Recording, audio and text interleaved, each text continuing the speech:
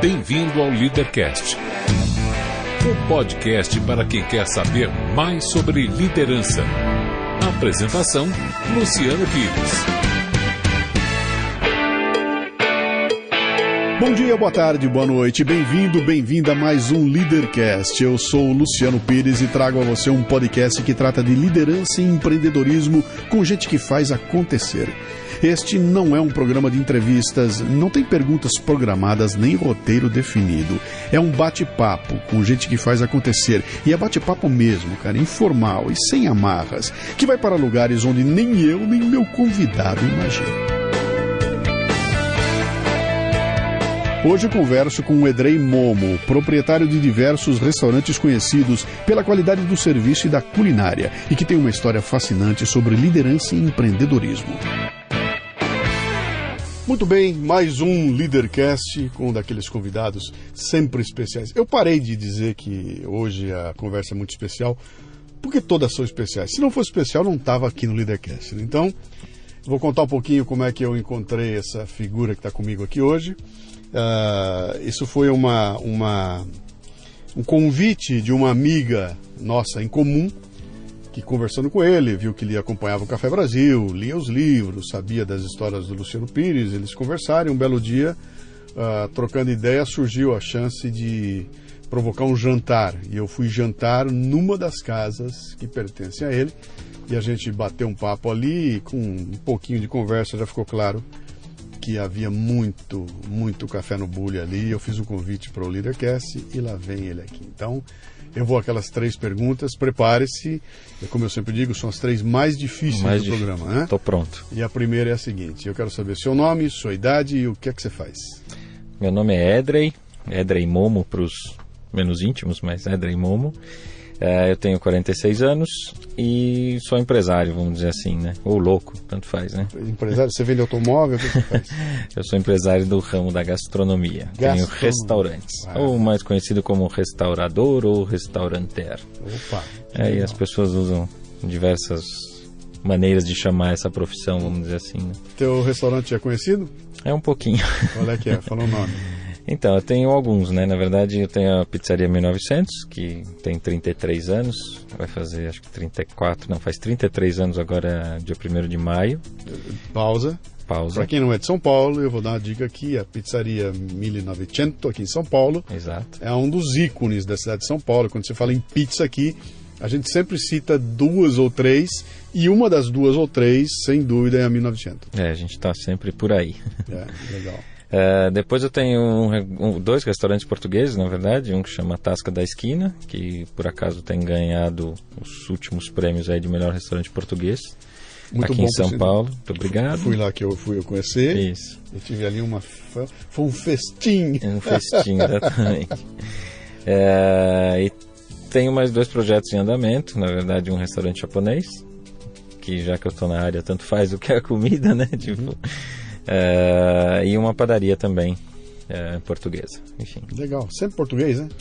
Na verdade eu tenho um sócio português, que a gente tem essas marcas, vamos dizer, da esquina, que são a Tasca e a Taberna, e agora a padaria da esquina, que da esquina seria a marca.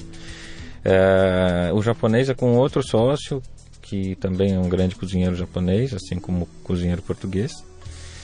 E a pizzaria, enfim, é da onde eu vim, da onde eu aprendi toda essa história de restauração e, enfim, onde eu me formei, vamos dizer, restaurador. E estou usando aí todos os cartuchos que a gente aprendeu ao longo da vida para poder propagar um pouco mais, né, da gastronomia, enfim.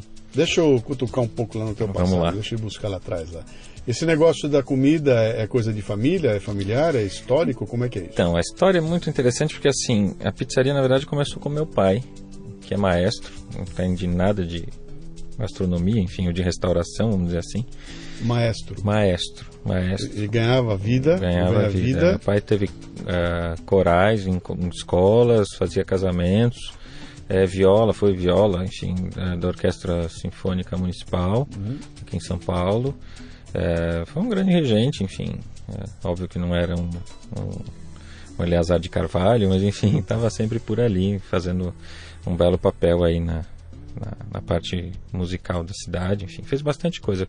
Teve um movimento coral jovem, deu aula em escola pública de música, fez um trabalho muito bonito tentando musicar um pouco e aculturar um pouco a parte da escola pública. Ele até brinca que na época do Maluf, que é um cara que é extremamente criticado aí por uma série de coisas, ele falou que foi a época onde ele mais trabalhou com educação, que era um cara que tinha um pouco um nível cultural e até musical bastante evoluído, e foi com ele que ele fez um grande trabalho aí com as escolas de base mesmo, de periferia, assim, coisas, criançada aprendendo a tocar flauta doce, entendendo o que é um pouco de música, que na concepção do meu pai, enfim, toda a minha família, é muito importante no desenvolvimento, né?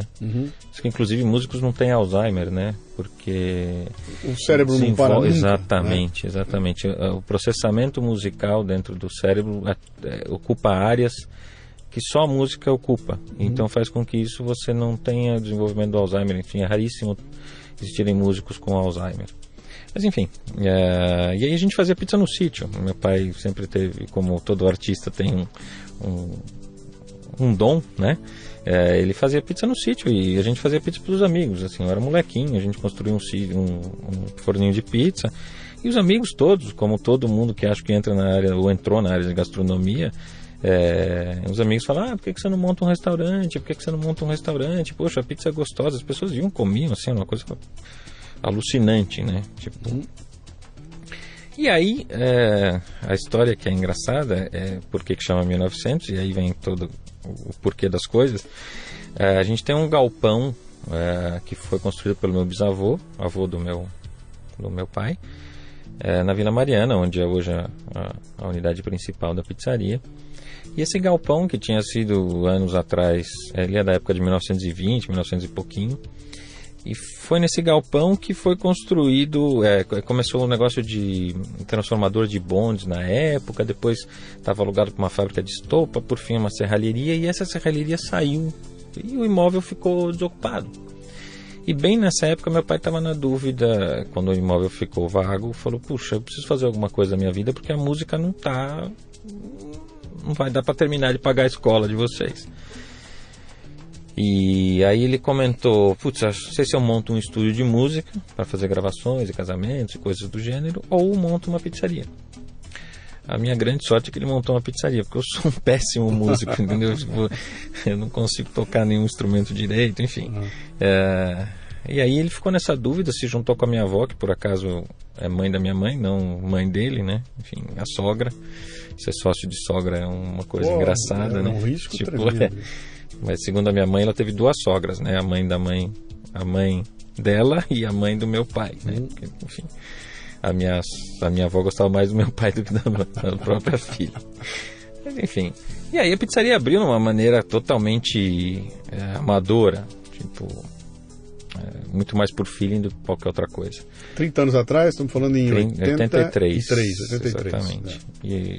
Quando já tinha, a pizza já era uma marca de São Paulo. Já era uma marca de São Paulo. A gente ia bastante em pizzaria, inclusive antes de abrir, a gente comeu pizza em todos os lugares possíveis e imagináveis. Eu não aguentava mais fazer pesquisa com meu pai. Mas assim, resumindo a história, enfim, senão a história da pizzaria daria mais do que um programa, mas enfim. A gente abriu amadoramente, dizendo, né? Tipo, meio na loucura. Tanto que quando deu umas 9 horas da noite, eu escuto meu pai fechando a porta, que era uma porta de rolo, que tá lá até hoje. Aí eu falei: nossa, pai, o que aconteceu? Uma correria, né? Porque tava cheio, enfim. Ele falou: não, acabou a farinha. Eu falei: assim, acabou a farinha. Aí, enfim, não, fecha, para tudo, né? Primeiro dia. Aí a gente foi contar quantas pizzas a gente tinha feito nesse dia, né? E o número foi 17. 17 pizzas e acabou a farinha. Aí se fizer uma conta besta que 1 quilo de farinha faz 4 pizzas, vai, mais ou menos, tinha, sei lá, 5 quilos de farinha na pizzaria para inaugurar um restaurante. Então, assim, se fosse em dias de hoje, não duraria uma semana a pizzaria, porque eu estaria no Facebook, no Instagram, em qualquer outro lugar, dizendo: que fracasso, que coisa, enfim. E a gente foi, ao longo do tempo, aprendendo a ter um negócio, né? Então meu pai ficou lá uns 2, 3 anos e depois, como um artista, se desinteressou, enfim, não é a praia dele ficar tocando o negócio, enfim. E eu nessa época tinha 18 anos, e ele me entregou a chave e falou assim, se vira. Como bom italiano, a educação era assim, se vira, vai aprender e faça o que você achar que tem que fazer. E aí, a partir daí, eu me enfiei no negócio. Com 18 anos de idade? Com 18 anos. Com nenhuma experiência profissional? Tinha experiência de trabalhar com ele, né? Tipo, Sim. Durante 2 anos ou 3, que foi mais ou menos o intervalo entre ele estar e sair. E eu montei um delivery, né? Quer dizer, na verdade a gente montou uma unidade de delivery na mesma rua, porque o negócio já estava grande, tipo, trabalhando bastante. E a gente tinha que abrir um outro forno para dar conta do volume.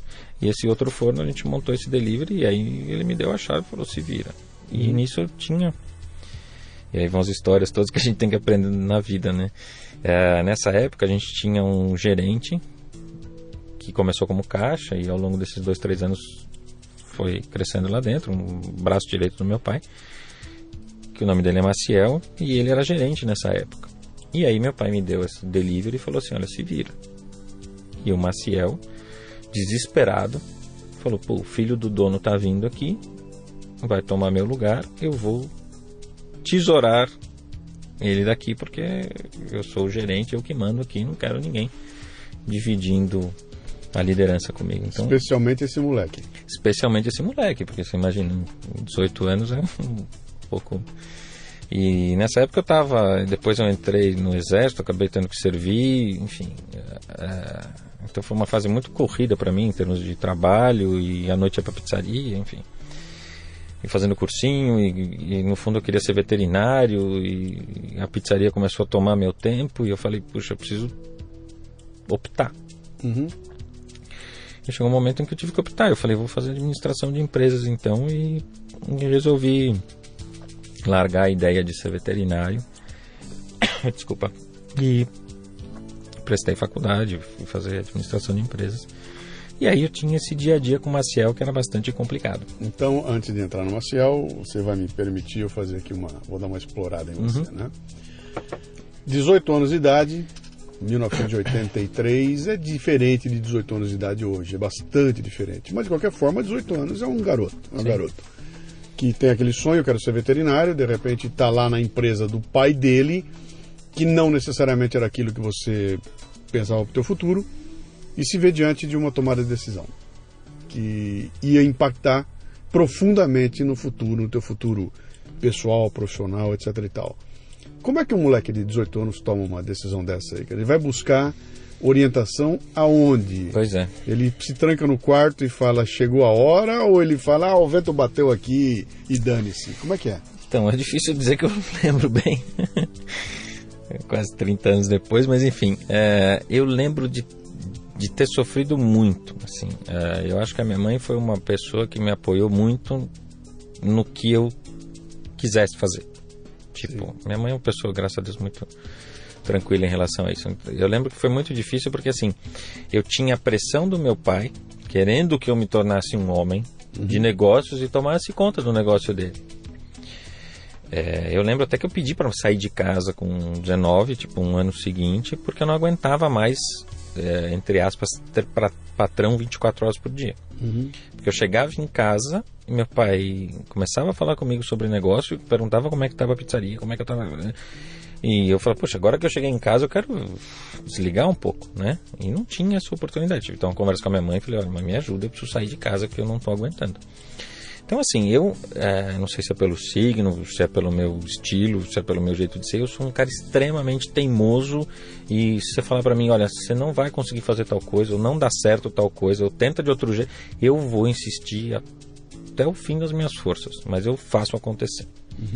Graças a Deus eu tenho um histórico bastante de sucesso, no caso, que assim, tudo que eu me meti a fazer deu certo. Não sei se é persistência, se é teimosia, se é chatice, sei lá, não sei nem o adjetivo que usar. Mas é uma coisa de correr atrás até... E aí quando o meu pai, entre aspas, me provocava, e o Maciel me provocava, tipo, esse moleque não vai aguentar, parecia que tinha uma força contrária dizendo assim, eu vou até o fim. Então foi muito duro. Eu lembro de sofrer muito com o Maciel, porque ele inclusive contava coisas pro meu pai. Tipo, olha, ele chegou tarde, ele saiu mais cedo. E pra mim era muito difícil, Você imagina, 18, 19 anos, meus amigos todos passavam na pizzaria e falavam, estamos indo pra praia esse final de semana, você não quer ir? Não, eu vou trabalhar sábado e domingo, são os dias que mais trabalho. Namoradas, entendeu? Tipo, putz, eu vou sair daqui meia-noite e vou te pegar. Meia-noite meu pai não deixa eu sair de casa, entendeu? Assim, foi uma fase muito dura nesse sentido. E ao mesmo tempo foi ela própria, essa dureza ou essa provocação que me fez sair dessa situação, né? Eu falei, não, eu vou... Como assim que eu não vou conseguir? Entendeu? Como assim que não funciona pra mim? Se você disser pra mim, você não vai fazer tal coisa, e se eu quiser fazer, eu vou fazer. Não importa. E eu não sei o que... Isso aí o que é? Isso é seu pai, é sua mãe? Quem era assim? Eu acho que minha mãe é um pouco assim. Meu pai também é um cara extremamente... Meu pai teve fábrica de instrumento musical. Tudo que ele fez muito bem feito. Ele já tem um DNA empreendedor na história. Eu acho que sim. É meio de família, assim. Tipo, meu irmão também é um cara extremamente determinado. Meu irmão queria fazer academia da Força Aérea. Foi lá, fez preparatória, prestou, passou. Aí não passou por um exame, não sei, físico, sei lá. Aí foi no ano seguinte, prestou de novo, passou. E não passou porque tinha uma miopia, sei lá, uma coisa na vista que aí não tinha outra alternativa, já não dependia mais dele. Não satisfeito, ele foi tirar brevet, entendeu? Foi aprender a voar de outro jeito, ele queria voar, entendeu? Então assim, eu acho que tem um pouco de genética, mas assim, eu não sou um cara que desiste fácil. E quanto mais provocado eu sou, pior eu fico, né? Eu não sei o que é isso, se tem isso algum nome, mas enfim. Mas então, vamos voltar lá atrás, me dá uma dica de novo. Então você com 18 anos, de repente cai na tua mão uma chave, junto com essa chave vem um business, que devia ter, sei lá, X garçons. Tinha um tamanhinho razoável, né? E um cara a fim de puxar o teu tapete ali, né? Exato. Ou seja, isso é um ambiente onde grita a comédia corporativa, né? Onde você tem todas aquelas sacanagens do mundo dos negócios, e você chega lá cru, cara, sem eira nem beira, e começa a tomar bola nas costas, e começa puxão de... E aí, cara, alguém te orientou, você ia assumir a liderança do negócio sem ter nenhum input de liderança, de olha, é assim que se faz, cuida com isso. Como é que foi? Então, o que era engraçado é que assim, eu tinha 18, 19 anos e tinha que dar ordem para negros, todos muito mais velhos do que eu, muito mais experientes do que eu. E eu tinha o Maciel que desfazia todas as ordens que eu dava. Então o que eu pensei? Eu falei, eu preciso organizar essa coisa de uma maneira que seja produtiva. Se eu ficar numa disputa de liderança, o negócio perde, eu vou perder e o Maciel vai perder. Aí eu sentei com o Maciel um belo dia e falei, não dá. Que idade tinha esse Maciel? O Maciel tem 10 anos exatos a mais do que eu. Sentei com ele e falei assim, escuta, 2 cachorros grandes aqui latindo não vai resolver. Você precisa entender que eu não sou uma ameaça. E sim, algo que pode fazer com que no nosso negócio, ou o meu negócio na época, possa andar melhor. Então, se você entender que eu não sou uma ameaça, as coisas vão funcionar melhor. Tanto para mim quanto para você. Então, eu tive com ele como é que eu vou dizer, um entendimento, e eu acho que uma das grandes virtudes que eu tenho é tentar entender o que está acontecendo e agir em cima disso. Eu não me considero melhor que ninguém em absolutamente nada. Mas eu acho que eu tenho uma percepção muito grande de associar coisas e entender o porquê dessas coisas. Eu não vou tratar a causa, eu vou descobrir por que causou aquilo. Né? É um passo um pouco antes. Então eu estava tentando entender por que o Maciel tinha tanta resistência comigo. E aí eu fui descobrindo uma história, uma conversa que ele teve com meu pai, que meu pai tinha feito uma promessa para ele, que tipo, o dia que a gente vender 10 mil pizzas, eu vou te dar um pedaço da sociedade. E meu pai se fez de canhoto, deixou passar e passou. E pro Maciel não tinha passado.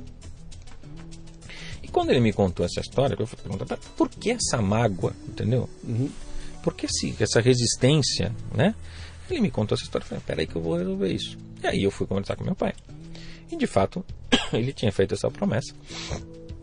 E falei pro meu pai, olha, se os tempos eram outros, ou enfim, isso já passa a ser um problema seu.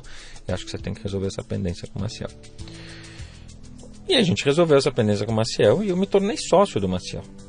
E aí, no andar da carruagem, pintou um outro negócio. Eu e o Maciel compramos uma outra pizzaria em Moema, que foi a primeira filial. Eu vendi carro, moto, tudo que eu tinha, ele também. E a gente comprou essa sociedade, botamos lá uma 1900. Meu pai falou, não, vão vocês, que agora está tudo bem, então toquem o barco.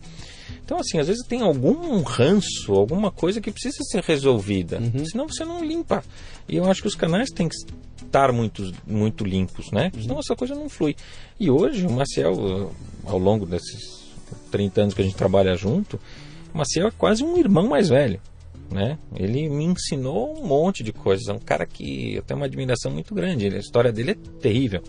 Ele é filho de pai e mãe analfabetos, no interior de Minas Gerais, e veio para São Paulo com uma mão na frente e outra atrás.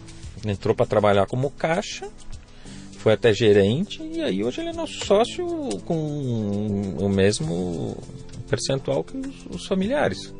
Então, assim, é um cara que eu tiro o chapéu, é um cara que me ensinou muito sobre liderança, vamos dizer assim. Cara, mas é impressionante essa tua história, se você olhar por alguns ângulos. O primeiro ângulo é o seguinte, é a carga de sabedoria num garoto de 18 anos para segurar as petecas e não chegar lá em casa e pai manda ou ele ou eu. Sim. Esse puto tá querendo me sacanear, papapá, quer dizer, segurar essa explosão de revolta, né? Que é normal, com 18 anos você quer virar a mesa. Mas isso é parte de ter 18 anos, é isso, né? E a outra coisa interessante é você vencer esse momento e os caras continuarem e tá aí até hoje. Sim. Não sobrou mágoa nenhuma, sobrou uma história. Quer dizer, você teve um momento a gente chama isso de assertividade, né? Você chegou na frente dele e falou, seria assertivo. Está acontecendo isso. Estamos sendo totalmente transparentes e ele assimilou.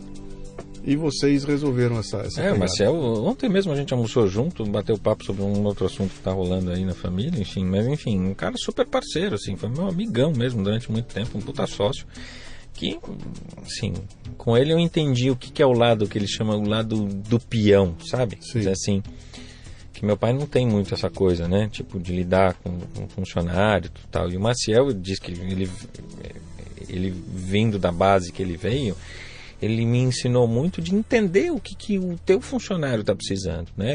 A gente brinca que é o peão, né? O peão é uma maneira de dizer, mas assim, é entender a necessidade do teu colaborador, né? E não simplesmente tratá-lo como uma máquina ou com alguém que eu compro só com dinheiro, né? Tudo bem que o capital versus trabalho está aí na relação e uma coisa extremamente normal, mas tem muito mais que isso.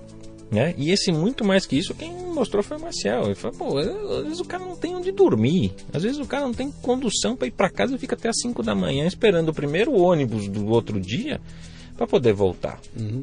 E ele fica num bar bebendo e dorme muito pouco e se alimenta mal, sabe? Umas coisas que assim, que não fazia parte do meu universo entender isso. E ao longo da convivência com o Maciel, ele era muito mais próximo deles, né? Até uma questão talvez de origem, mas assim, entender isso fez com que eu entendesse como eles pensam. E quando você fala assim, qual que é o teu grande diferencial enquanto líder ou enquanto empreendedor? É entender o que o outro está pensando. Eu acho que isso faz toda a diferença.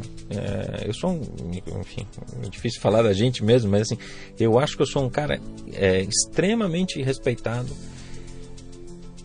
exatamente por isso. Quer dizer, eu não trato as pessoas como máquinas ou como qualquer outra coisa. Eu trato gente como gente. As pessoas olham para mim e falam, pô, Edri, que legal, não sei o que lá. Não importa se é faxineiro, se é... Enfim, não importa quem seja. Porque antes de mais nada é uma pessoa, né? Quantos funcionários você tem hoje? Juntando tudo deve ter uns 500. É gente. Não só o fato de ser gente. Primeiro que é gente. Segundo que você tá lidando num segmento da economia que é um negócio... Eu vou falar assim com todas as letras. É horrível, cara. Lidar com comida é o ó do borogodó, cara. Porque tem um treco ali sentado na tua frente chamado cliente, que é a pior coisa que existe na humanidade. E você está dando comida para esse cara. Ou seja, tua margem de erro é quase nenhuma. O potencial que você tem desse cara ficar puto da vida, arrumar encrenca, reclamação, e cada um que entra de um jeito. Cada um entra com gosto, com uma expectativa, e você tem que lidar com isso tudo sabendo que não é você que está ali, é alguém que está, o teu preposto que está ali. É por isso que eu digo assim, quer dizer, a grande maioria das pessoas trabalha comigo e eu faço questão disso, e é engraçado que eu ganhei o ano passado um prêmio do restaurador do ano, enfim, coisa do gênero. E até tem um amigo meu que tem um restaurante que falou assim: puta, você é o primeiro cara que eu vejo ganhar esse prêmio que não anda de blazer pelo seu restaurante. Eu falei assim: como assim, Hugo? Você quer dizer com isso? Eu quero dizer que você é um cara que rala, que trabalha. E é diferente do cara que pega dinheiro e monta um restaurante. E essa é a grande diferença. Porque você sabe, e a minha questão que eu faço, a grande questão que eu faço é de estar junto com eles. Então eu quero que o meu funcionário entenda como eu penso. Só assim ele pode replicar o que eu faria. Não adianta eu escrever um manual, eu sou um pouco avesso à burocracia, mas enfim, uma discussão grande na pizzaria era exatamente essa.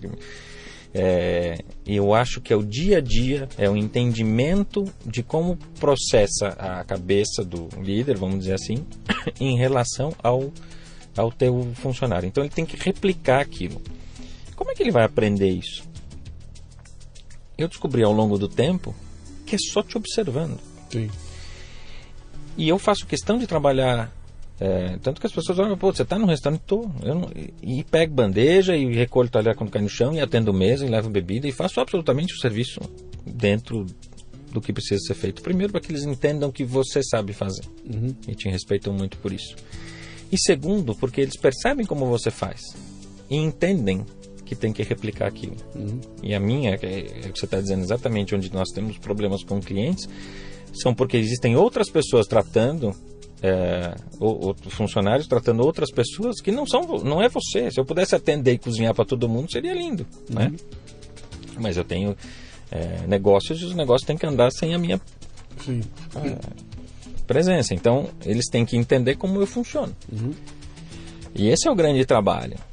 E se tem um negócio fundamental, quer dizer, o drive do teu negócio é a reputação dele, né? Não é a comida que você faz, cara, não tem nada a ver, é a reputação que você constrói. Quer dizer, se você continuar fazendo a comida de primeira categoria, mas a tua reputação for quebrada, o teu negócio acabou. Sim, porque tudo tem que andar junto, né? Assim, você constrói essa reputação ao longo do tempo, é óbvio. Mas assim, é muito de como é que eu vou dizer? Fazer com que tudo funcione como você gostaria, como se você fizesse parte da engrenagem. Só que é o que eu falo, eu sou o óleo dessa engrenagem, eu preciso ver se as peças estão funcionando direito.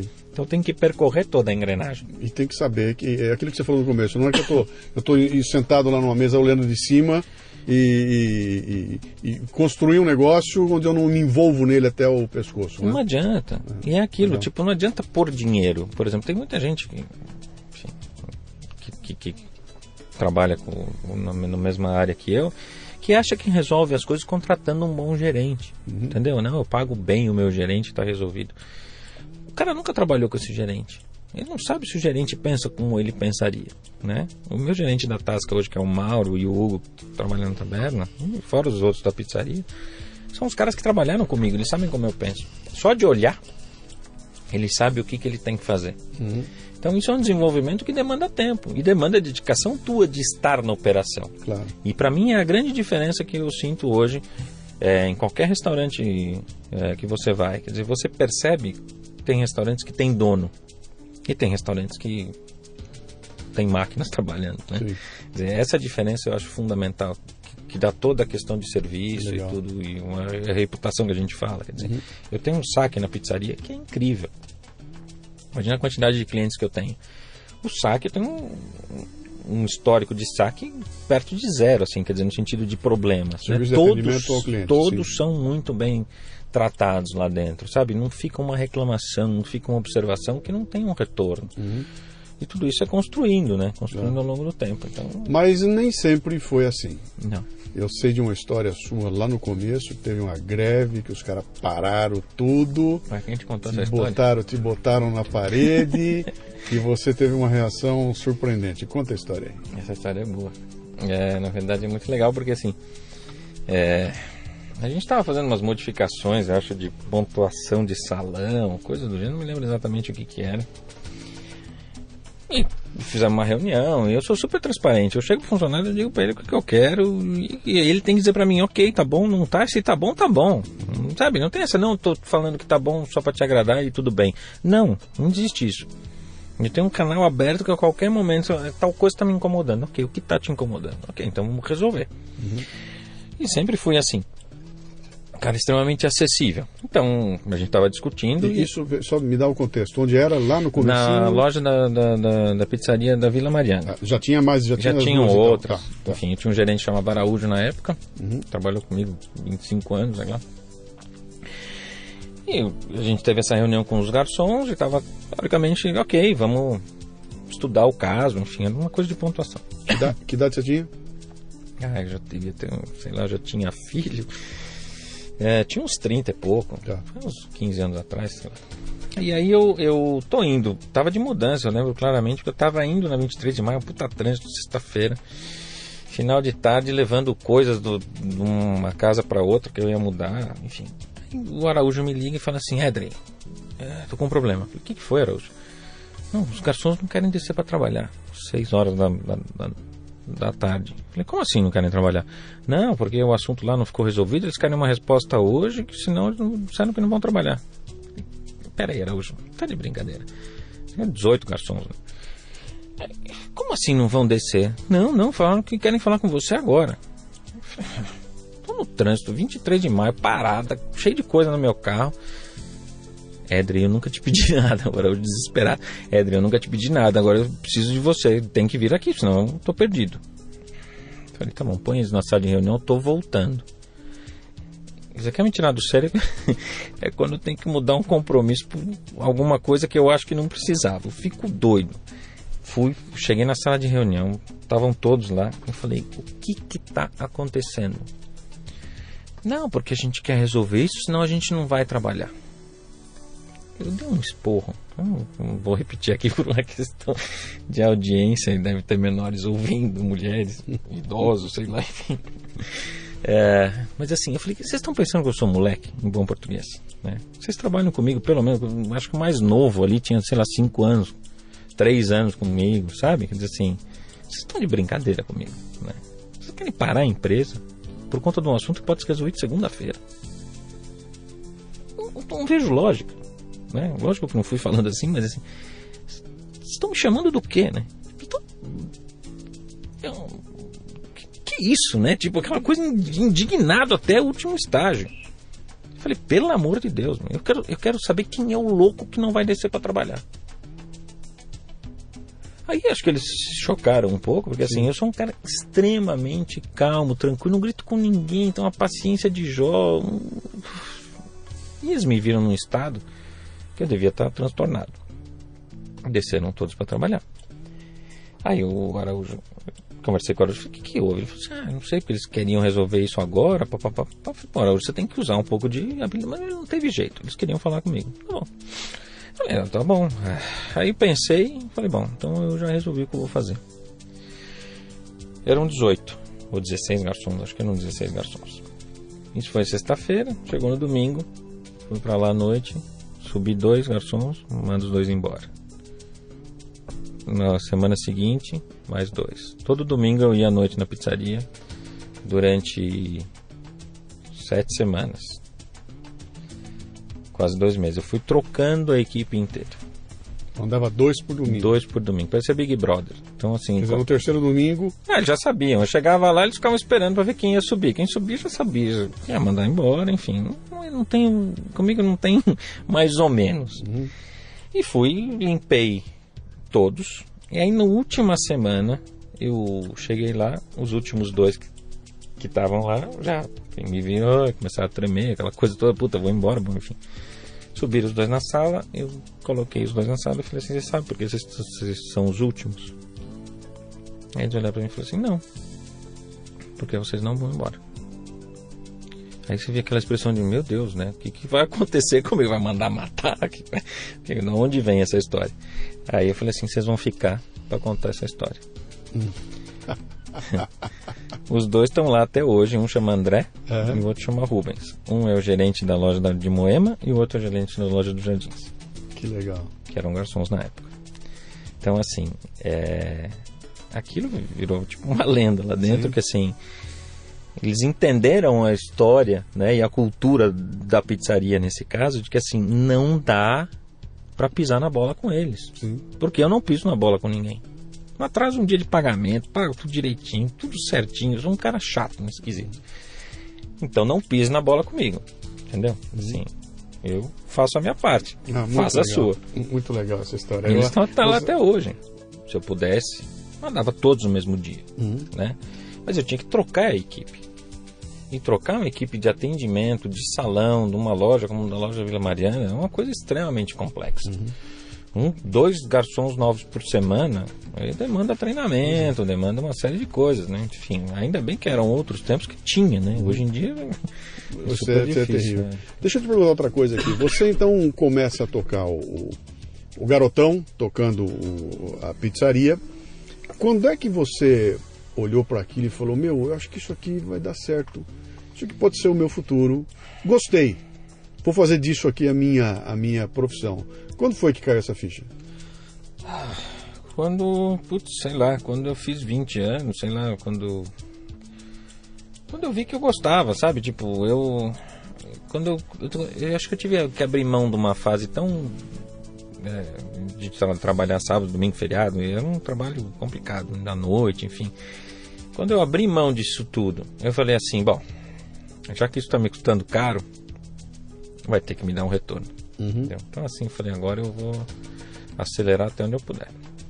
E aí eu montei várias unidades, enfim.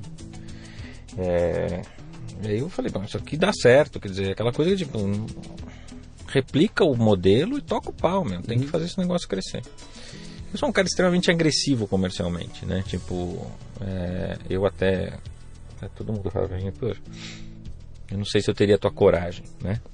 Minha? A minha. A tua? A minha própria coragem. Até a tua, de montão de ir pro Everest, eu também não sei se eu teria, mas enfim. Mas eu acho que Só pra empatar, eu não teria de abrir um restaurante. Então... é que o Everest você vai e volta, tá tudo bem, né? O restaurante dura um pouco. Depende, eu fui dono, mesmo? Através da minha esposa, de uma franquia. Uma franquia de um café. É mesmo? Cara... Daí que vem o Café Brasil, não? Foi um trauma. Foi exatamente daí, cara. O Café Brasil vem exatamente daí. Era um negócio, era uma franquia de um café que não tinha como dar errado. O meu sócio era um dos donos da franquia, que foi na minha casa, chegou para mim, propôs um negócio, falei, bicho, isso aqui é imperdível. Nós estamos lançando um novo conceito, que em vez de ser um café lá embaixo, é um café no topo do prédio, baratinho, você vai investir 60 mil reais aí. Nós vamos montar o café. Se não der certo, a gente vende por 100. Você ainda sai por cima da cocada preta. Você vai ser meu sócio. A gente, mas é claro, eu peguei minha mulher, sócia da filha dele. A minha mulher é filha dele, montaram um negócio, botaram o café, bicho, e aquilo foi um horror da minha vida, cara. Primeiro que era um negócio, não tinha plano no negócio, era horrível. Não funcionava, o prédio não estava pronto, eu estava no último andar, cara. Nossa. Começou a funcionar, não tinha funcionário. Era um micro negócio dentro de uma franquia, então tudo que você tinha que comprar vinha a mais, né? Tinha que comprar a torta e lá vendia 1/3 da torta. Então, que era um negócio horrível. O cara, um baita do responsável, cara. Chegava fim de mês, não tinha dinheiro para pagar a turma lá, eu tinha que cada um comparecer com o seu. Então, ele, em vez de dar o dele, não, me dá conta da água aí que eu vou pagar, e não pagava. Era um negócio horrível. Uma confusão sem tamanho. E o dia que ficou claro para mim que essa coisa não ia funcionar, eu estava fazendo uma palestra em Campinas. Minha mulher me telefona e no telefone falou, ó, chega, já deu, acabou, não dá mais. E aí ficou claro para mim que não tinha mais jeito. E eu estava tomando um chapéu ali de 60 mil reais. Até porque não vendeu coisa nenhuma, ninguém ia comprar aquele negócio, eu tive que simplesmente me livrar daquilo, né? Sim. E perdi tudo, né? E eu tava tomando um banho. E pensando, cara, o que eu vou fazer com esse prejuízo? E eu tava pensando, falei, pô, eu tenho lá um lugar bonitinho, tá bem arrumadinho, cara. Pô, e se eu transformasse aquilo num ambiente para eu gravar umas entrevistas, eu podia montar um esqueminha lá, filmar essas entrevistas, fazer um negócio legal, como se fosse assim, 2 pessoas tomando um café e conversando. Pô, o café, eu vou gravar Café Brasil. Pô, pum, Café Brasil. Olha. Então, esse nome custou 60 mil reais. Tá barato até. Mais um monte de dor de cabeça. Até hoje, até pouco tempo atrás, eu continuo com dor de cabeça. Me custou um amigo, sim, que foi a coisa que mais doeu. Custou um amigo, era um amigo nunca mais, né? Mas não nasceu daí, cara. Daí veio essa coisa. O resto deu tudo errado, só sobrou o nome Café Brasil, É que vem de um trauma, cara. Que você transforma um limão numa limonada, né? Mas dali pra frente, cara, comida... Eu tô fora. Eu tô lá pra comer e reclamar. É difícil, é um ramo bem difícil. E tá cada vez mais difícil, né? O que você coloca, você olhando agora essa tua experiência, você já colocou um negócio importante aí, quer dizer, você entendeu que aquilo era teu propósito, entrou de corpo e alma, tua energia está lá dentro, a tua alma está lá dentro, você vive aquilo, a gente vê que você tem um prazer muito grande nisso, né? Tanto tem que está procurando mais sarna para se coçar, porque está abrindo mais coisa, então você está integral ali dentro, eu acho que isso é uma parte importante para esse sucesso. Mas só isso não basta, né? Então, que mais que você coloca ali como os atributos para fazer um empreendimento que tem esse nível de exigência que funcionar? Acho que é tanta coisa. Assim, eu acho que eu tenho um pouco de sorte, óbvio, mas é que acho que ontem eu escutei uma definição de sorte, que é quando a oportunidade, uma definição grega, quando a oportunidade encontra um momento. Preparo mais oportunidade. Não sei. Assim, a minha é essa. Eu não lembro bem. Mas preparo mais oportunidade é igual a sorte. Mas o que eu acho é que eu me cerco de boas pessoas, né? Eu tenho... eu não tenho como fazer tudo que eu faço hoje sozinho, enfim, não tenho nenhuma expectativa nisso, acho que... E eu faço questão de que as coisas funcionem sem a minha necessidade de estar. Mas eu funciono muito mais como um conselheiro hoje, como um cara que está lá para dar uma linha, para dar um conceito, do que, obviamente, um operador, né? Então, assim... Mas o teu avião já está em voo de cruzeiro, cara. Eu quero no saber, caso da pizzaria, eu quero saber um cara que quer tirar do chão o avião, cara. Então. E que não tem um caminhão de dinheiro atrás dele, que não tem um sócio que sabe tudo atrás dele, e que tem aquela ideia que fala assim, vou montar meu negócio, vou montar uma pizzaria. Né? É fácil. Não é. Não é, e eu não recomendo. Honestamente, eu não recomendo. Eu acho que, enfim, posso falar pelo meu setor, eu estou montando 2 negócios agora, porque são projetos que já vinham há algum tempo e acabaram coincidindo com uma crise, vamos dizer assim. Mas eu não começaria algo... Quer dizer, na verdade, eu acho que eu começaria... Eu tenho um problema que, assim... todo mundo fala que na crise que você tem que investir, sim, enfim, tem um monte de máximas aí. Que, na verdade, assim, eu não tenho medo de investir se eu acredito. Mas é o que eu falo para todo mundo. Tem que ter perseverança e paciência. Porque as coisas não funcionam como a gente quer, né? Por mais planejamento que eu faça, por mais... tudo que eu faça, por mais lógico que aquilo vá acontecer, às vezes não acontece, né? Eu não consigo reger todos os fatores que impactam num negócio, né?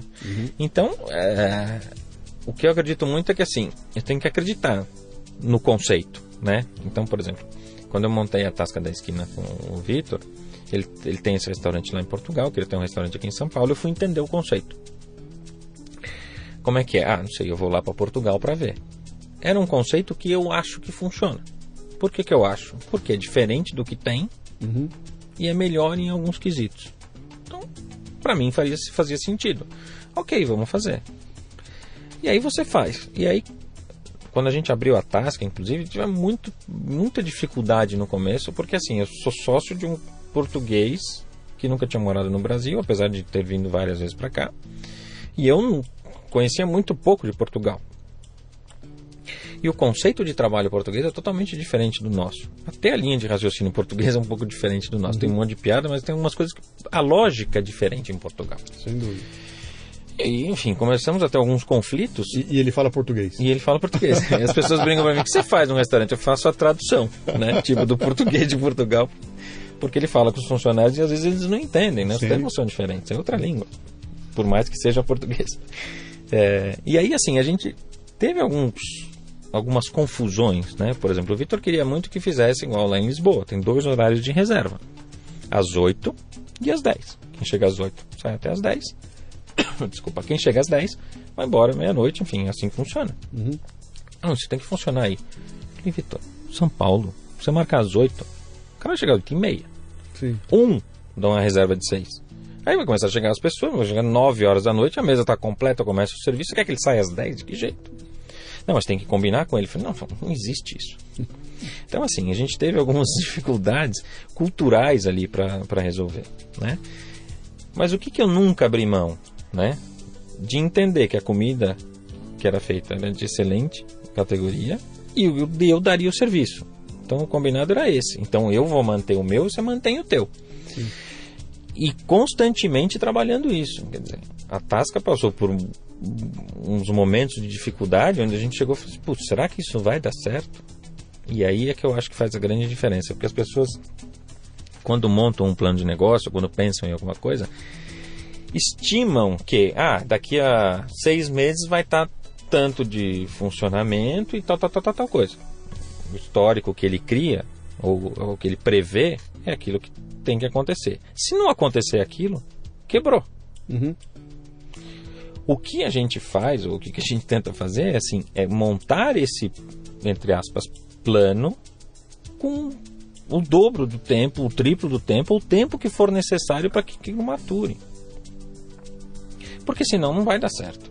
E não tem receita, né? Não tem. Por exemplo, a Tasca sofreu um pouco, a gente abriu a taberna. Sofreu também. Eu já achei que a taberna não fosse sofrer tanto. Porque já tinha a Tasca. O Vitor já era um cara mais conhecido. Era uma filial. Uma marca, da esquina também. A gente já achou que fosse abrir num outro nível. E não abriu. Então eu montei uma estrutura e tive que desmontar essa estrutura. De pessoal, de serviço, para adequar ao movimento que foi. Eu não sei se foi a crise, se foi uma expectativa gerada a mais. Teve gente até que falou assim, tem um plágio teu que chama Taberna da Esquina lá no Itaim, que não é Tasca. Não é plágio, é meu também. Puxa, não sabia. Então, toda essa, como é que eu vou dizer, esses fatores que não são controlados por nós influenciam no teu negócio. E às vezes você precisa ter, como é que eu vou dizer, mais gasolina ou mais pista para esse avião decolar, né? Sim. E as pessoas às vezes apostam tudo que essa pista vai ser suficiente e o bicho não decola. Sim. E aí, meu... Tem muita gente que vem conversar comigo sobre o podcast, o Café Brasil e tudo mais, e eles assustam quando eu falo, olha cara, quando eu montei esse negócio aqui eu não tinha a menor expectativa de ter qualquer retorno antes de 5 anos. Sim. Porra, meu 5! Eu falei 5, e sabe quanto tempo levou? 7. Pois é. Mas eu tinha na cabeça que durante, no mínimo 5 anos, eu estaria pagando e investindo para tirar o negócio do chão. Se tivesse dado antes, maravilha, mas na minha cabeça era assim que levou 7. Né? E depois de 7 ele entra, então o cara vem hoje e olha e fala, pô, mas espera um pouquinho, não é tão difícil fazer, vou fazer igual também. Te prepara, bicho, leva 5 ou 6 anos. E o que acontece muito é isso, quer dizer, na minha área, então todo mundo quer ter restaurante. Todas as pessoas que eu converso, eu vou montar um restaurante, o sonho eu fiz gastronomia em Morumbi. Da minha turma de 50, 40, não, peraí, quantos eram? 30 que começaram, formaram 20 e poucos, né? Que alguns já saíram, e todos tinham um sonho de ter um restaurante. Sabe quantos estão na área hoje? Eu. Um? Não, 2. Tem um que está trabalhando, que é uma amiga minha que está trabalhando. Assim, com restauração mesmo, só 2 pessoas. Aí você fala, puta, o que aconteceu? Né? O que aconteceu é que não dá. Quando você fala, bom, eu consigo fazer uma pista de 500 metros e preciso de 4 km para decolar, ninguém vai. Não vai.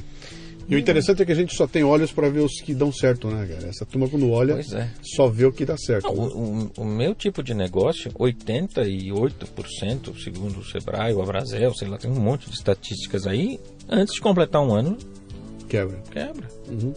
Que vivem 10 anos são 2%. Então, assim, é um ramo dificílimo. Sim. Porque agora, então, assim, a lucratividade vem diminuindo, né?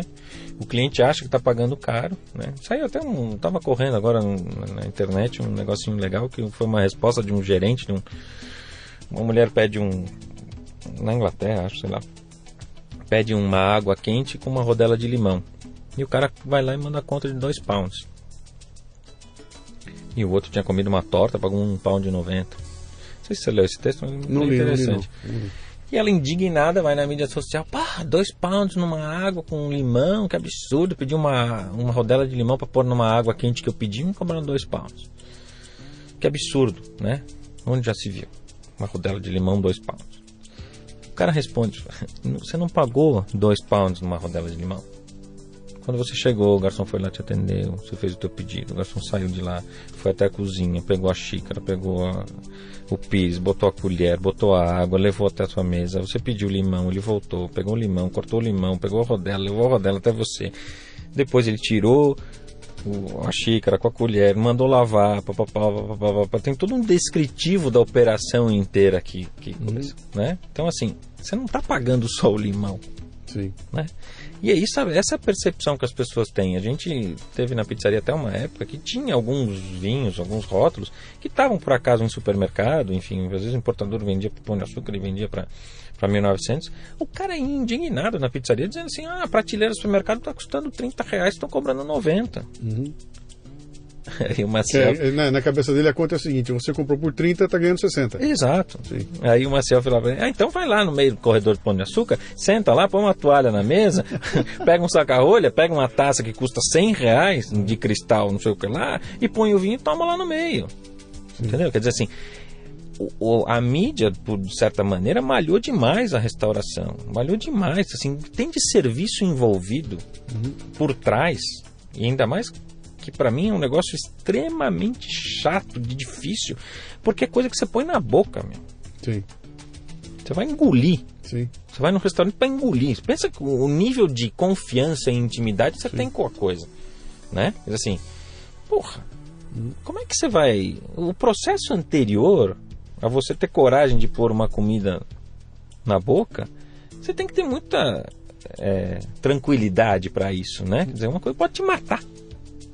Você pode comer num restaurante por quilo e gastar R$17 para almoçar. Você pode almoçar num restaurante português de altíssimo nível e pagar R$170 para almoçar. Sim. Nos dois casos você vai matar a tua fome, sim, mas há uma relação de valor envolvida ali, sim, que se você não piscar... Sim, o que é incrível é o que tem por trás, que as pessoas não enxergam, né? Eu adoraria vender mais barato, porque eu acho que eu venderia muito mais. Mas eu tenho que ter um lucro. Sim. Senão não sobrevive. E você ainda tem aquele sócio lá, né? O sócio da mão peluda, né? Nossa, esse sócio, então... Te comendo por um outro lado ali, né? Se eu te contar os números, assim, é assustador. É assustador. Bom, eu vejo pelo meu business, sim, o meu pobre negocinho, micro, pequenininho, o meu sócio está aqui me comendo pelas pernas, né? Vou perguntar uma coisa aqui. Tem 2 olhinhos vendo a gente. Olhinhos? Ali, tem 2 olhinhos ali que devem ter 22 anos de idade, 23 anos de idade, né? Que estão olhando ali. E esses olhinhos, cara, que para quem não sabe é a Júlia, que é a filha do Pedrei. E tem uma pressa desgraçada, cara. Esses olhos têm uma pressa, e eu sei porque tem mais 2 que estão ali embaixo, sim, que tem uma pressa desgraçada. chama Gabi, eu quero tudo para amanhã, eu quero já. Eu já quero o emprego legal, com o salário legal, eu quero já ser dono, eu quero o meu e quero agora. E não demora muito, e se mexer o saco eu largo tudo e vou procurar outro. Exato. Né? Como é que era teus olhos com aquela idade, né? Essa pressa que essa molecada tem. Eu tô te perguntando isso porque do lado da gente tem gente assim ouvindo. Sim. Tem muita gente ouvindo que tem esse mesmo conceito dessa juventude atual aqui, que tem uma pressa desgraçada. Eu não entendo. Até porque assim, eu tenho uma filha de 22, eu tenho um outro de 20. Eu acabo tentando entender bem o que passa nessa cabeça, né? E é engraçado porque assim, eu vejo que eles andam numa velocidade extrema de querer chegar logo, porém não tem paciência, nem interesse ou nem dedicação para asfaltar o caminho para chegar logo. O que eu quero dizer com isso? Eu sempre fui muito curioso e sempre fui atrás das coisas que eu quis aprender, enfim, fiz N cursos e sempre corri atrás do que eu achava que, eu não estou entendendo isso, eu vou pesquisar, eu vou fuçar. O que eu acho que na cabeça deles acontece assim, está tudo muito fácil.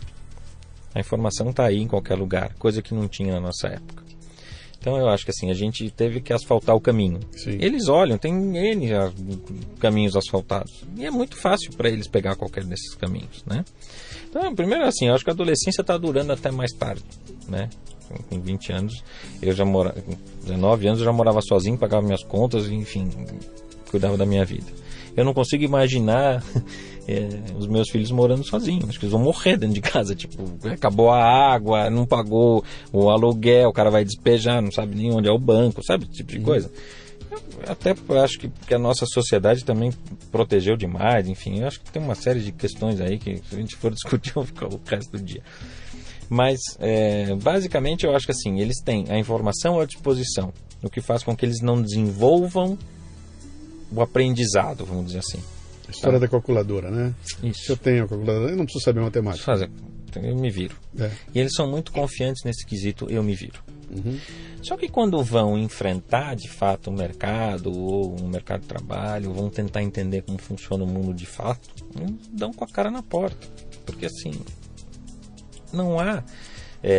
como é que eu vou dizer assim? Você não consegue confiar em alguém que não sabe nada. E acho que... para mim, eles não desenvolveram eles estão achando que em qualquer momento eles podem aprender. E não dá para aprender da hora para outra. E que vão encontrar lá fora o papai e a mamãe dizendo assim, não, filhinho, eu te espero. Tá bom, não, né? Tudo bem, você errou essa vez, tudo bem, pode fazer de novo. Não, pode gastar mais 200 páginas na impressora que depois a gente arruma, esse trabalho todo tá errado. Eu corrigia, dei aula em algumas faculdades e corrigia trabalho de gastronomia, e o cara trazia para mim a gastronomia do México. Tá bom, então vinha lá toda a história, blá, blá, blá, blá. Tá bom, tô lendo e tal, e corrigindo o português. Isso aqui tá errado, isso aqui não tem concordância, escreveu essa palavra errada, blá, blá, blá, blá. Não dá para dar uma nota para esse infeliz aqui. Desculpa, DP. Pô, professor, o trabalho tá lindo. Tá, mas você não sabe escrever. Mas você é professor de gastronomia. E daí? Aonde está a conexão da coisa? Você tem que falar português, escrever em português. Você não sabe escrever? Como é que eu falei, se eu fosse contratar qualquer um de vocês, eu não contrataria. E eu acho que basicamente eles têm preguiça. Sabe? Eu, quando vou dar uma palestra, qualquer coisa, tem lá um monte de aluno, eu falo assim, o Senac gosta de me chamar bastante, eu tenho um amigo lá que fala pra mim, Edri, vem aqui dar uma palestra pra galera, porque eu preciso de alguém de mercado para falar como é que é o mercado, etc. Estou entrando no mercado de trabalho. Falo, olha, quem quiser mandar um currículo, fica à vontade. Recebo 2. Aí até chamo um ou outro. Vem. Não, tem que trabalhar muito, não, tem que sair cedo, tem que chegar tarde em casa. Eu falo, onde você vive? E alguém vai ter que fazer esse trabalho. E alguém vai valorizar esse trabalho. E essa molecada toda vai ser atropelada por quem estiver disposto a... Eu fico pensando, se eu tivesse hoje 20 anos, eu seria um avião de trabalhar. Tipo, pra mim não tem problema de trabalho. Eu trabalho muito até hoje. E eu vejo que eles têm preguiça, realmente, assim. Tipo, pra mim o grande problema hoje é que, assim, a gente tá criando uma sociedade preguiçosa, sabe? Quer dizer, eu vejo pelos meus pais, enfim, tudo que veio para trás da gente, são histórias assim, de gente que ralou mesmo. Tipo, ralou mesmo. Minha mãe trabalhava na CETESB, saía da CETESB e ia para pizzaria, trabalhava na pizzaria nos primeiros anos, né? Sábado, domingo, feriado, o dia inteiro. Antes de trabalhar na CETESB, quer dizer, quando ela começou a trabalhar na CETESB, ela resolveu fazer faculdade, tinha 2 filhos. A pessoa dorme, né? Meu pai também dava aula em 9 escolas. Tinha orquestra sinfônica, tinha mais não sei o que, e ia pra pizzaria à noite. Os exemplos que eu tive foi assim, esses caras ralam muito. Se eu quiser ter alguma coisa, eu tenho que ralar. E eu não vejo mais, e não são os meus filhos, eu estou dizendo assim em termos gerais. É uma geração. É uma geração que eu acho que acha que vai acontecer naturalmente. E acho que nada vai acontecer naturalmente. Eu vejo poucos jovens determinados. Sabe, com sangue nos olhos mesmo. Tipo, eu vou, sabe, determinados. E não vejo mais isso. É engraçado. Eu sinto falta. Sinto falta porque eu gostaria muito de ter alguns comigo, sabe? Sim. O que eu tenho de molecada lá, meu Deus do céu, muito pouco, sabe? E o cara quer trabalhar, não. Você não quer fazer um extra no final de semana? Não. Pra quê? Eu vou pra praia. não sei o que vai ser, sabe? Tem hora que me dá um pouco de desespero. Mas e chega a hora que a gente para pra pensar e fala, cara, será que o errado sou eu, né? Não sei. Será que eu que estou errado? De ficar aqui 16 horas por dia, de pegar o final de semana, eu estou sentado lendo um livro, eu não estou na... O pessoal desce a lenha em mim, né? Porque, pô, o final de semana é pra curtir, passear com a família, tudo. Você fica lá no Café Brasil sentado escrevendo, trabalhando, e eu respondo, quem disse que eu estou trabalhando? Não, eu acho que eu estou sentado, eu estou escrevendo, eu não estou trabalhando, eu estou escrevendo. E aquilo é o meu lazer, aquilo é o meu tesão, né?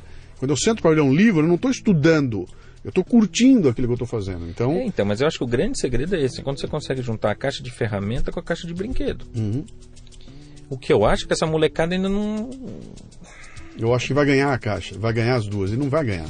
Tem que construir. E eu não sei se eles estão procurando essas caixas, né? Quer dizer, assim, eu acho que eu encontrei a caixa de ferramenta com a caixa de brinquedo. Eu gosto do que eu faço. E para mim, quanto mais você gosta do que você faz, menos você trabalha. Sim.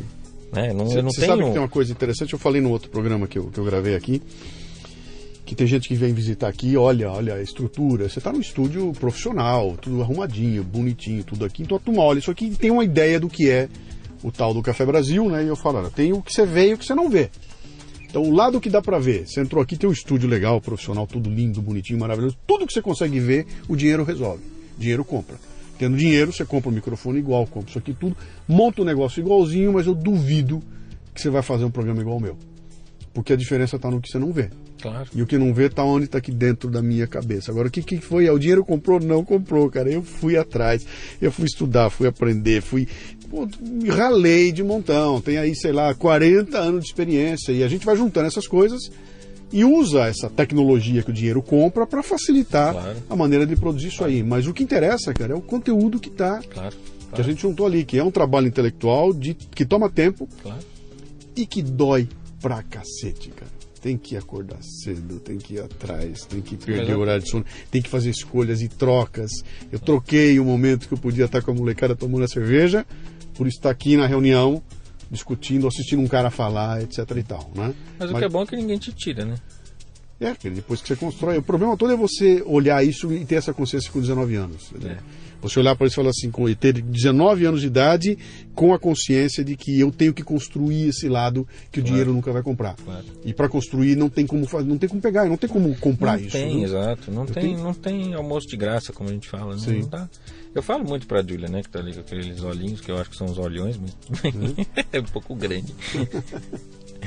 É genético, mas tudo bem. Enfim, eu falo muito para ela até agora, acabou de se formar. Ela está um pouco, confusa com o que fazer da vida, etc. Faz currículo. O que é fazer currículo? Vai estudar. Vai formar, vai aprender língua, vai fazer não sei o quê. Porque eu acho que essa formação vai deixar ela ilimitada no crescimento. Uma discussão que eu estava tendo com ela, eu falei, olha, não adianta você querer entrar numa empresa agora, começar a trabalhar, ela é super nova, com 20 e poucos anos, cedo, eu acho até. Vai lá, passa num processo de trainee, entra numa empresa, começa a trabalhar, não tem mais tempo para nada, e vai chegar um momento, a carreira vai barrar. Olha, você só pode ser gerente, não dá para ser diretora porque não tem tal. Ou não vai chegar nunca muito mais para frente. Então eu falei, aproveita que você se formou cedo, arregaça as mangas e vai estudar. Ou põe a mochila nas costas e vai para a Europa passear, ou vai fazer qualquer coisa. Tudo isso vai formar o seu caráter, o seu entendimento do que é o mundo, as suas relações de ética, tudo. E tudo isso você vai usar. Mas você tem que abrir a cabeça para absorver tudo isso. E se expor às oportunidades que apareceram. Tem que botar a cara para bater. Tem que, para poder ver aquilo, você vai ter que acordar domingo de manhã? Sim, tá bom, eu vou acordar domingo de manhã. E talvez eu não deva ir na balada sexta-feira. Talvez eu não... E compreender isso é difícil. Essa molecada. Nós estamos parecendo dois velhos falando. Exatamente, eu estava aqui pensando, nossa...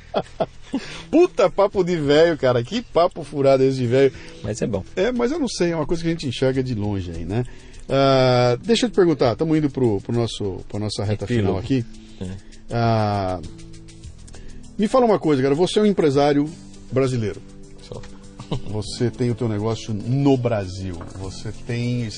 Você viveu os últimos 30 anos como empresário brasileiro, então você assistiu lá atrás, desde o Sarney, não é isso? Do Sarney, Collor, viu tudo isso acontecer até agora como empresário brasileiro, né? Como é que você está vendo esse momento aqui que nós estamos vivendo neste país? Nunca antes na história desse país. No né? papel de um empresário brasileiro, cara.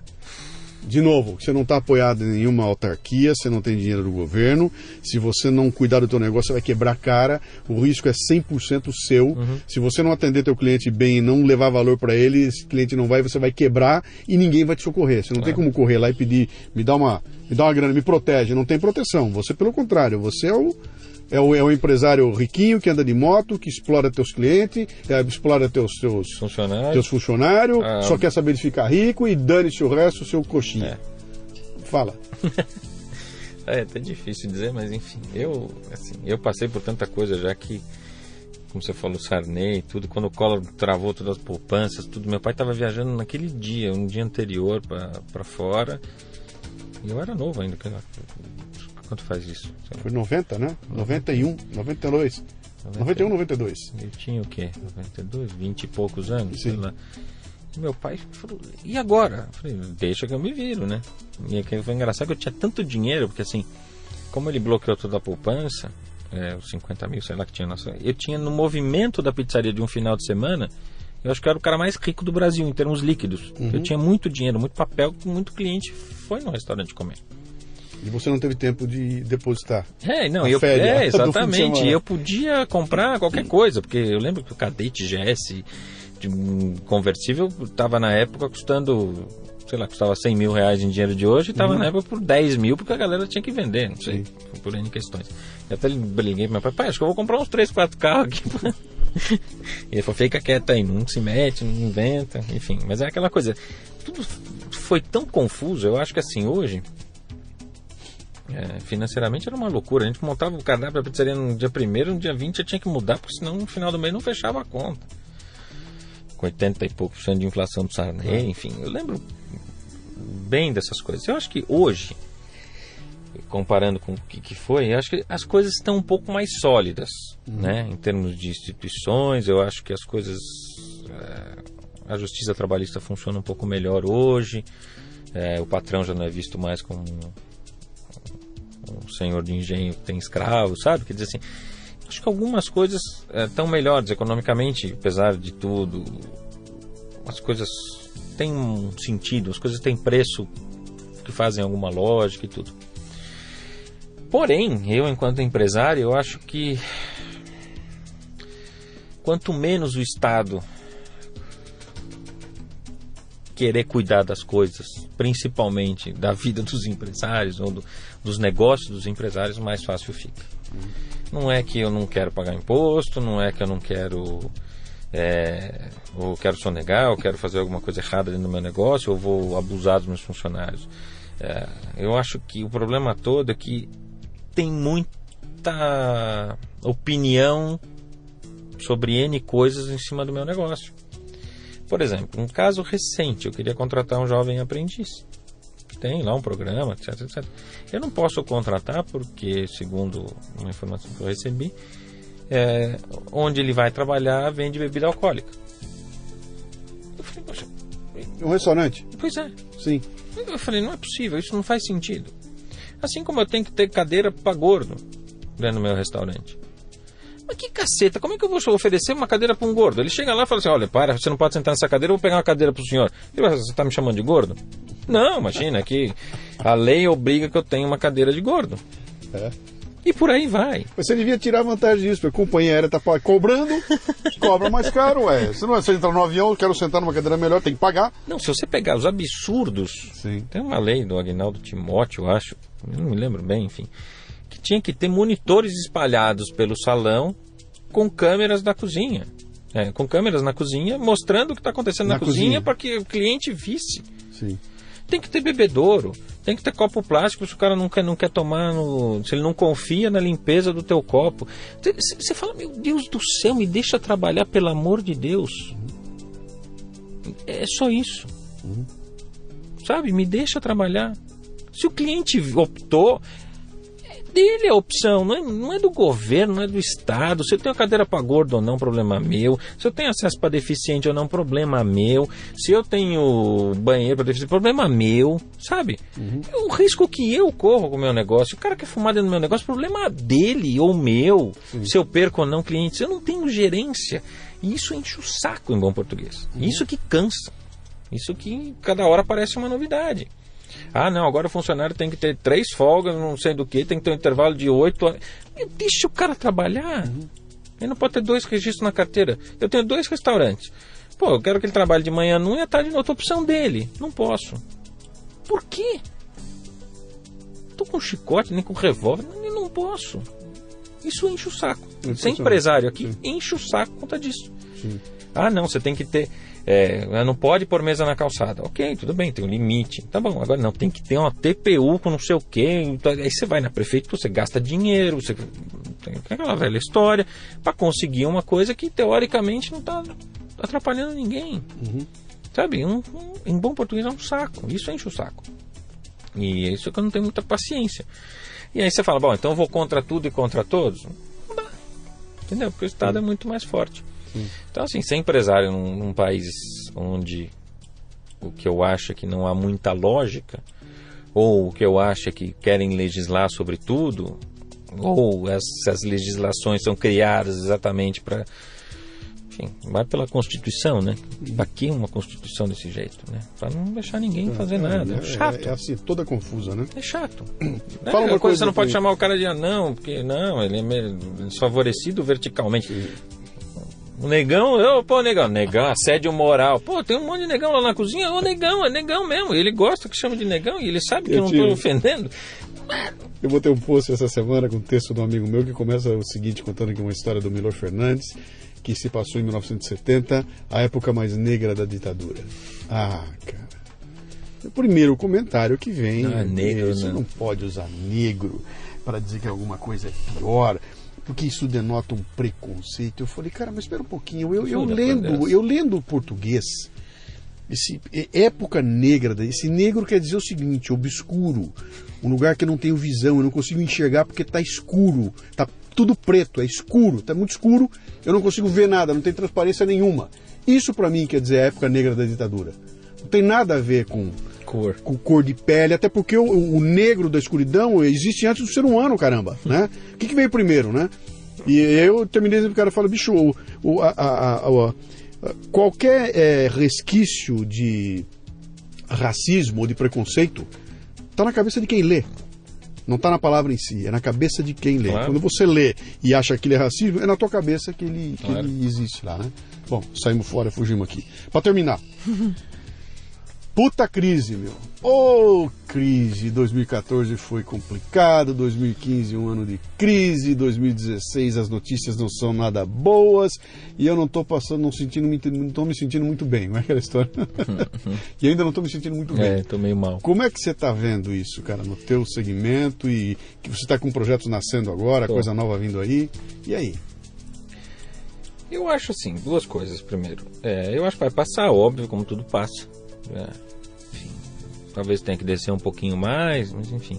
Eu sou um cara que faz muita conta, assim, né? Não que seja matemático, eu goste, mas assim, eu faço conta, eu acho que é óbvio, apertou um pouco. Você tem que apertar também, né? Sim. Então, assim, você corta um pouquinho daqui, corta um pouquinho de lá e vai tentando se manter.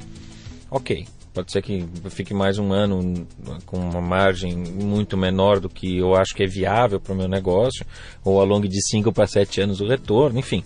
Mas eu acho que é uma coisa que vai passar. Então, assim, ter essa paciência faz parte. Não adianta entrar em pânico, não adianta começar a querer que a coisa funcione de uma outra maneira, mudar o modelo de negócio, ou inventar uma outra coisa. Quer dizer, eu tenho que ajustar as velas para o vento, né? Sim. Eu acho que essa é a grande questão e quanto mais você conhece o teu negócio, quanto mais você vive o teu negócio, mais rápido você consegue ajustar. Acho que tem muita gente passiva nesse sentido, que fica esperando quieto, né? Eu não fico esperando quieto, tanto que os negócios novos que a gente está trabalhando agora já estão cada vez mais, antes de abrir, cada vez mais ajustados para o que tem pela frente. Então, assim, eu vou abrir muito menor do que eu gostaria, ou muito menor do que eu poderia, por conta exatamente do que a gente imagina que vem por aí.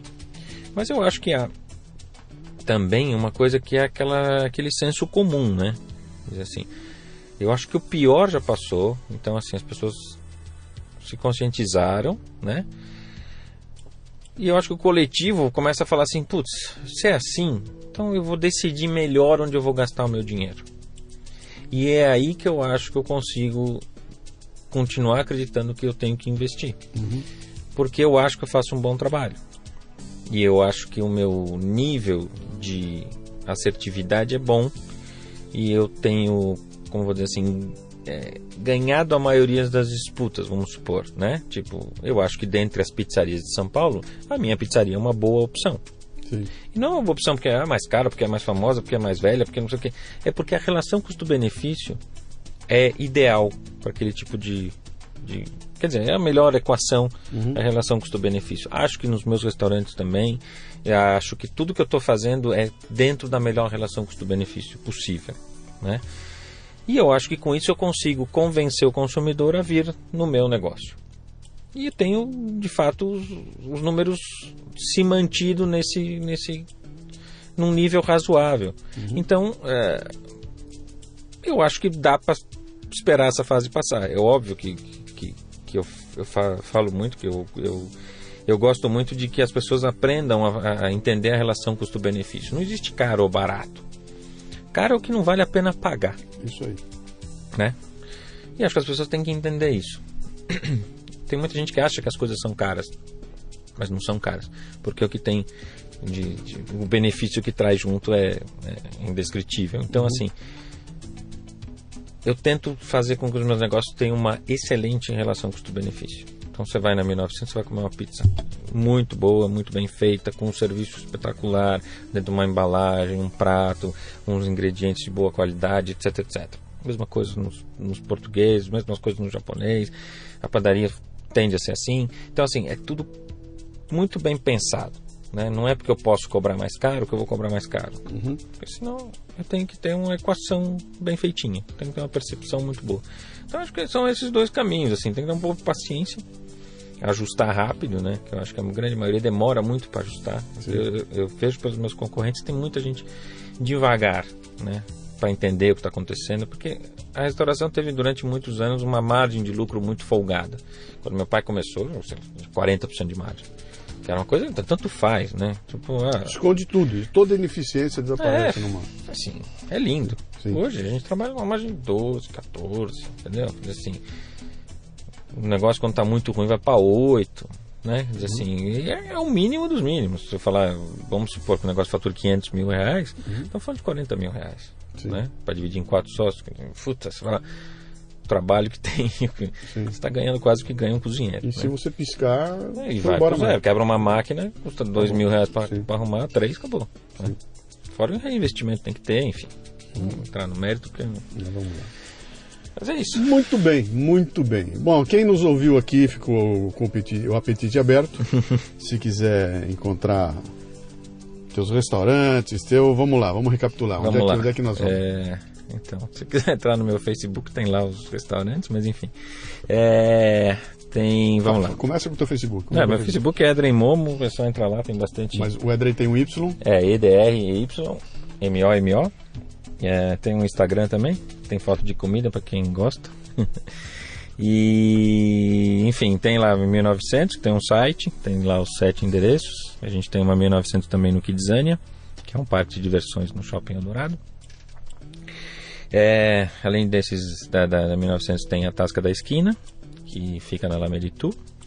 Tem a Taberna da Esquina, que fica na Bandeira Paulista com Leopoldo. Vem aí a Padaria da Esquina, que vai ficar na Alameda Campinas, deve abrir abril, maio. E tá vindo um japonês que chama Takadaru, que é um izakaya, que para quem não sabe é um bar japonês. Vai ter karaokê lá? Não. Chega de música. Mas é tipo um boteco japonês, né? Não tem sushi nem sashimi, enfim, a gente tá numa linha de comida bem diferente. Que fica em Pinheiros, na Rua Costa Carvalho. Deve abrir em final de março, mais ou menos. Legal. Estamos aí acreditando que esse país vai dar certo, né? Prometo a você que eu vou lá conhecer, viu? Bom, vou conhecer, obrigado, porque eu de comida, o lado que eu curto da comida é exatamente esse, é comer. Comer, é o melhor lado, na verdade. Andrei, obrigado. Obrigado pelo Luciano. aparecer, um abraço aí, obrigado. Vamos ver na sequência. Obrigado. O Leadercast chega até você com o apoio da DKT do Brasil, que possui a maior linha de preservativos e géis lubrificantes do país, com a marca Prudence. Além disso, a empresa se orgulha de contribuir com a DKT Internacional, que mantém 21 programas de marketing social em 19 países.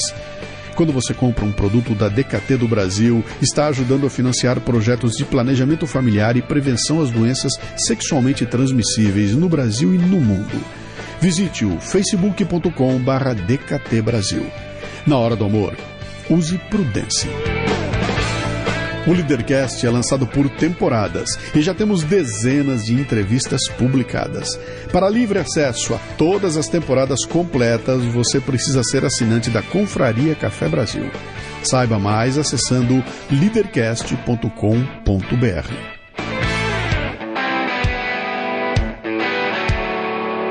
Você ouviu o Leadercast com Luciano Pires. Mais uma isca intelectual do Café Brasil. Acompanhe os programas pelo portal cafebrasil.com.br.